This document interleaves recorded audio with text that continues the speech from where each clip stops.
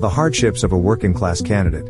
It is simply much harder to run a campaign if you don't have personal wealth.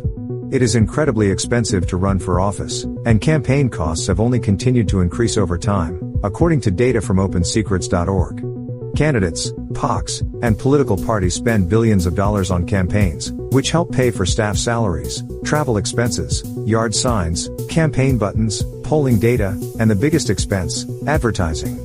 Though an election isn't necessarily decided by how much a candidate raises, raising more tends to put them at an advantage over their opponent.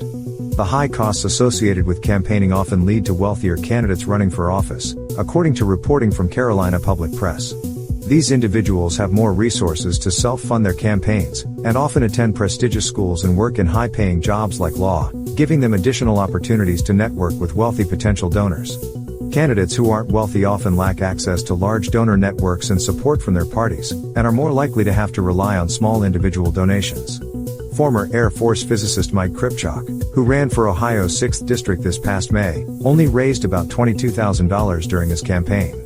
His Republican opponent, State Senator Michael Ruyi, raised over $670,000. My opponent, something like 72% of his funds come from big money POCs, Kripchak said. Most of mine don't. My average donation is $36. I have one PAC donation or contribution from the United Mine Workers for $2,500. It's also personally expensive for candidates to run for office. Poorer candidates may still need to work their regular jobs simultaneously. They can take a salary from the campaign, a provision that was expanded last year after a working-class candidate named Nabila Islam took her case to the Federal Election Commission. Now, federal candidates can pay themselves up to 50% of a congressional salary, which is currently $174,000, or pay equivalent to their own average annual income over the previous 5 years, whichever is smaller. More from Jana Ekier. But that still may not be enough to manage the increased personal costs of running a campaign.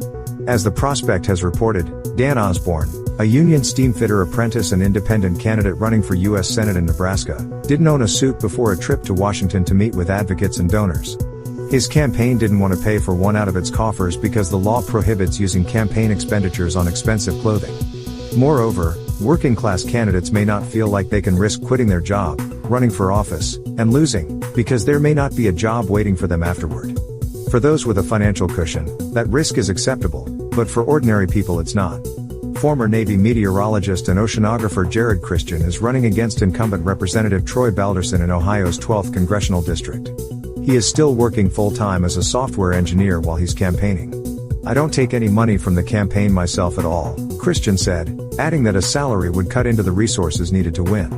It's normal for people to quit their jobs and get paid by the campaign a salary, but I'd rather use my time to work a job and make sure that we give this campaign every chance that it gets instead of taking money from it and lose an opportunity.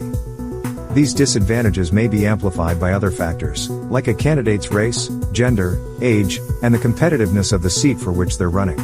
Young, female, and non-white candidates are less likely to possess the resources or connections to self-fund a run for office, and party insiders may see this as a sign that they are less electable than their older, white, or male counterparts. Indeed, party leaders tend to favor candidates based on their fundraising capabilities, said Rebecca Cook, a small business owner who is running in the primary for Wisconsin's 3rd Congressional District. If a working-class candidate cannot raise the necessary funds because they don't know the right people who can max out donations, they are seen as a higher risk than a self-funder. Kripchak received little to no funding from his party or even media attention. There was one reason for that: he was running as a Democrat in a special election in a district Joe Biden lost by 29 points back in 2020. Parties and POCs typically invest more money into competitive races, but his district was considered uncompetitive. Kripchak was only able to get support from some Democratic county chairs, but received none at the federal or state level. We used to be super blue 20 plus years ago, but it was hard to get buy-in from people, Kripchak said. A lot of the people that used to be really active went to other states and other areas where they thought there were better opportunities for Democratic candidates. But despite being vastly outspent by Representative-elect Ruyi, Kripchak lost by less than 10 points. He is trying again in the general election this November. We have seen several successful examples recently of working-class candidates making the sacrifice to run a campaign. The most famous of these is Representative Alexandria Ocasio-Cortez, DNY, who was working shifts in a bar in Manhattan while challenging for a House seat in the Bronx. Representative Maxwell Frost, DFL, the youngest member of Congress, has talked about running up massive debts while campaigning. and having trouble even finding an affordable place to live in Washington during the congressional session. This year, several others are making the leap, despite the long odds and the hurdles that campaign finance laws and even political parties place on the process. Christian is running for Congress in a poor rural district in the Appalachian region of Ohio. Rural candidates like him often struggle to get attention and resources from federal and state parties, often due to assumptions about rural politics and rural voters. The people out here feel like they're forgotten. Most of them don't even know who Representative Troy Balderson is, let alone feel represented by him, Christian said. Additionally, the disproportionate presence of news and broadband deserts in rural areas limits the ways that candidates can reach voters and weakens civic engagement. In the absence of a vast donor network or millions of dollars to freely spend on advertising, working-class candidates rely on on-the-ground organizing and building relationships within their local communities. Wadesboro Town Councilman Garrett Snuggs has lived in rural Anson County, North Carolina, since 2000, where he has run a barbershop and later a barber school for the past 2 decades.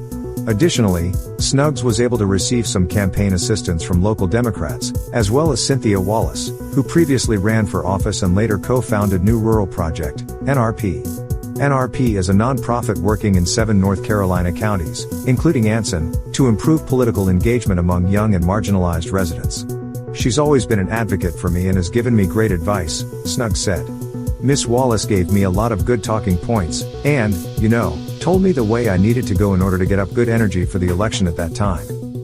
As a result, Snuggs won a landslide victory in 2023. It was especially significant as he is currently one of 3 African American town council members. This marks the first time in Wadesboro's history that its town council is majority African American. Even when working-class candidates lose, it builds a foundation for future attempts. Before her primary run this year, Cook ran in the Democratic primary for Wisconsin's 3rd District back in 2022, where she lost to Wisconsin State Senator Brad Pfaff. Though she lost that race, she said that it helped her build a robust grassroots infrastructure through both voter outreach and engagement with local news. She hopes this infrastructure will help her win against her current primary opponents Katrina Shankland and Eric Wilson. The Wisconsin primary is August 13th.